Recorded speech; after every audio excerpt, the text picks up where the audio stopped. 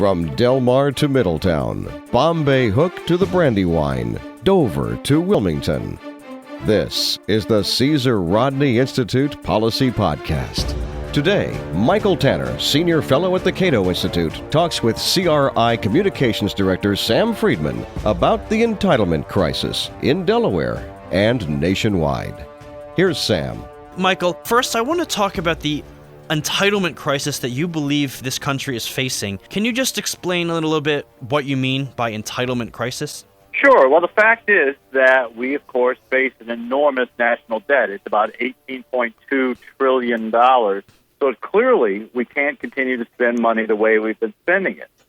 The problem is that the real cost drivers is not the usual suspect. It's not things like foreign aid, which is less than 1% of federal spending.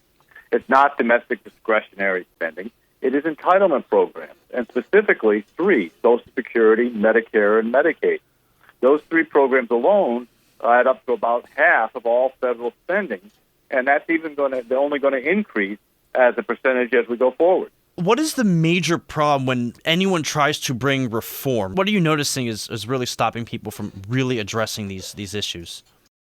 Well, it's primarily the voting demographics. The likelihood of someone voting is roughly the equivalent of their age. Say 70% of 70-year-olds vote and about 30% of 30-year-olds. As long as that's the case, politicians look to give benefits to the 70-year-olds and pass the bill on to the 30-year-olds. Politicians can be very short-sighted. Seniors are a very powerful voting bloc, and they're also a voting bloc that's relatively easy to scare. As soon as you begin talking about reforming Social Security or Medicare, you see TV commercials pushing an old person off a cliff. What would you recommend that we do as a society, or the government should do, in order to either reform these programs or maybe perhaps replace them with something that might be better, more cost-efficient?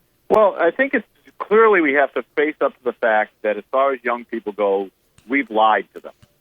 We have promised benefits to young people that we are simply not going to deliver. And the sooner we're honest about that, the more we can make changes and young people can adjust. So we have to be upfront about that. And then it's going to be a question of to what degree and how we want to make those changes. How fast do we want to make the changes, and who's going to be affected most by them? With Social Security, we're simply going to have to reduce the amount of benefits that are paid for through the federal program. There's a lot of ways people have looked at that, raising the retirement age, means testing. I prefer to get all wonky. I prefer something called changing the wage price index. But then I think we can add on to that, for young people, a chance to take some of their payroll taxes and save it for themselves through personal accounts, something like what President Bush had proposed back long ago, to allow young people to take advantage of real savings and real investment. But for Medicare, there's unfortunately not such an easy solution. Ultimately, we're simply going to have to either make people pay more or get less. You have a book which just came out. Can you tell us a little bit about it? Well, it's called Going for Broke: Deficit, Debt, and the Entitlement Crisis. And what it is a look at what we're facing in terms of growing debt and the need to reform the entitlement program. It talks a little bit about these programs and some suggested reforms, but it's primarily meant as a warning that we can't take things for granted. It's true, the deficit has gone down in the last few years. About 4 or 5 years ago, it was $1.4 trillion. Now we only owe about $450 billion this year. But that's a temporary respite.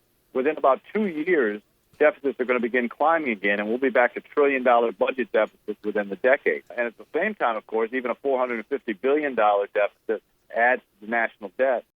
Entitlements kick in, and we're going to be basically greased. Michael, thank you for your time. Anytime. All right, thank you. That was Michael Tanner, Senior Fellow from the Cato Institute. You've been listening to the Caesar Rodney Institute Impact Delaware Policy Podcast. Visit our website, caesarrodney.org, for the latest news and information and learn more about what you can do to impact Delaware. Don't forget to subscribe to our YouTube channel. I'm Sam Friedman. Thanks for listening and have a great day.